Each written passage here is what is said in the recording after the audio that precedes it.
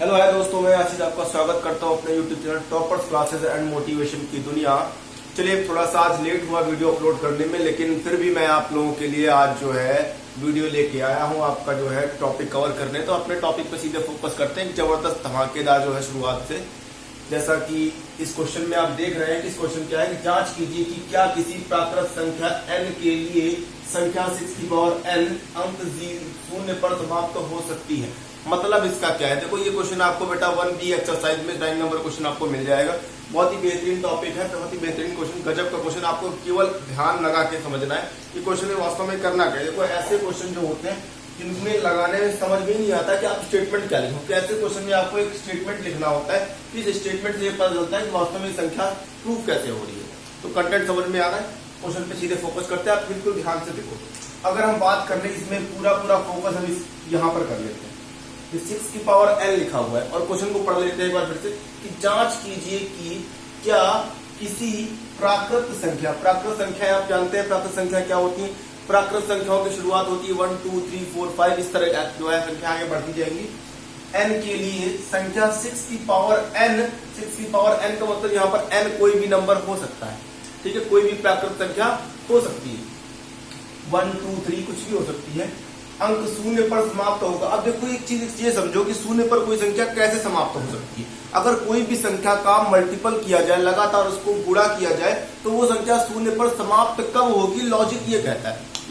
तो इस बात पर आपको विशेष ध्यान देना है। मतलब पहले समझ लो, उसकी बाद स्टेटमेंट भी लिख लेंगे।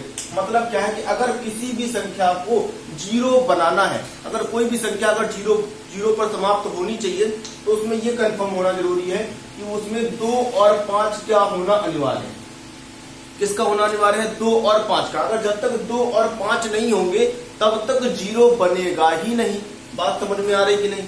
तब तक क्या नहीं बनेगा, 0 नहीं बनेगा। केवल 2 और केवल 5 ही रहेगा, तब भी कोई कुछ नहीं होने वाला। इन दोनों का होना बहुत जरूरी है। बिना इन दोनों के जो है 0 बन ही नहीं सकता। जैसे अगर आप इसका मल्टीप्लाई कर लें तो 1 0 अगर बन रहा है यहाँ पर, तो वो केवल इनसे बन रहा है। तो इसका मतलब इससे श्योर हो जाते हैं आप कि 2 और 5 का होना अनिवार्य है, बहुत ही ज्यादा जरूरी है।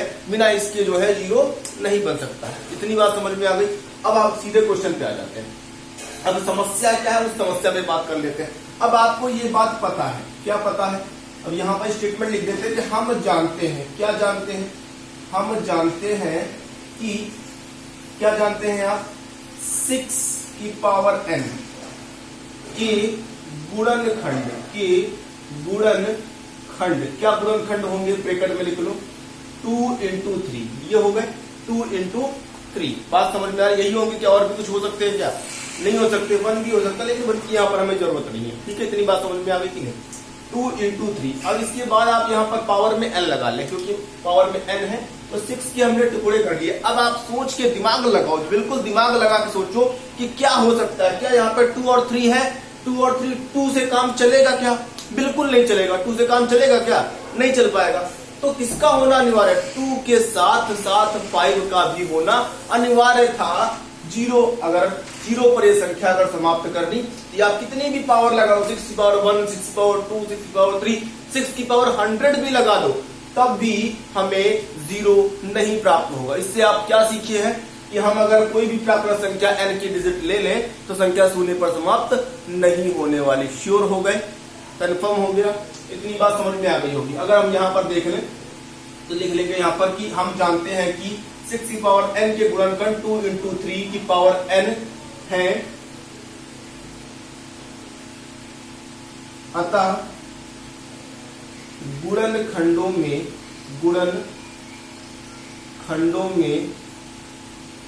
5 या 5 नहीं है, ठीक है। क्या लिख देंगे, 5 नहीं है, जिससे 6 की पावर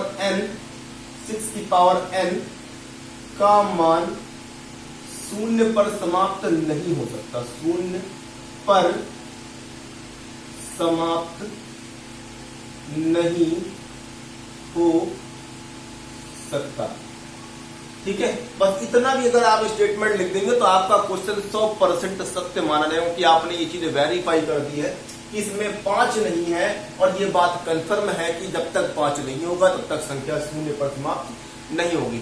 वीडियो अगर पसंद आया, क्वेश्चन में दम थी, अब इसको जो है लाइक करें, शेयर करें, और वो लोग जो चैनल पर नए हैं वो इस चैनल को जो सब्सक्राइब कर लें, जिससे कि ये चैनल आपको नए नए वीडियोस प्रोवाइड करा, तरह से आपकी समस्याएं जो है वो टॉपर्स क्लासेस सॉल्व करेगा। मैं आशीष आपको एक एक क्वेश्चन को सॉल्व कराऊंगा। Thank you.